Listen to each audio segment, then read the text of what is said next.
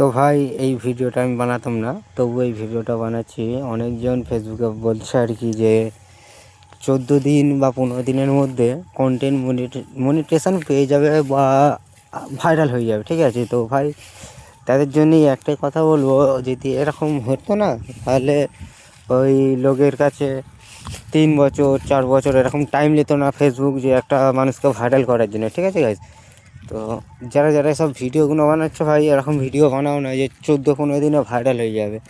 ওরকম হলে অনেক লাখো লাখো লোক না ভাইরাল হয়ে যেত, ঠিক আছে?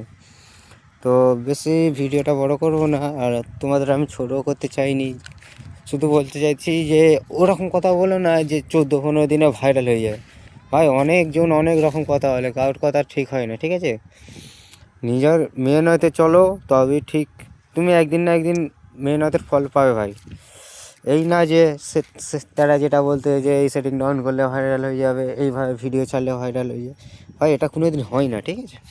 তো ভিডিওটা বেশি বড় করবো না, এটা যদি হতো সবাই ভাইরাল হয়ে যেত। এরকম লোকের কাছে টাইম নিত না ফেসবুক। টাইম নিচ্ছে কেন? যে তুমি ভিডিও কীরকমভাবে এনগেজমেন্ট করতে বা কীরকম ভিডিও দিচ্ছ সেটা ফেসবুক দেখবে, ঠিক আছে? দেখে তারপরে তোমাকে কন্টেন্ট মনিটাইজেশন দেবে। তো সেই জন্যই বলা হচ্ছে যে লোকের কথাই না থেকে তুমি মেহনত করতে থাকো, তবে তুমি একদিন সফল অবশ্যই হবে। তো আজকের মতন এই পর্যন্তই, দেখা হচ্ছে আগের ভিডিওয়। আসসালামু আলাইকুম গাইস।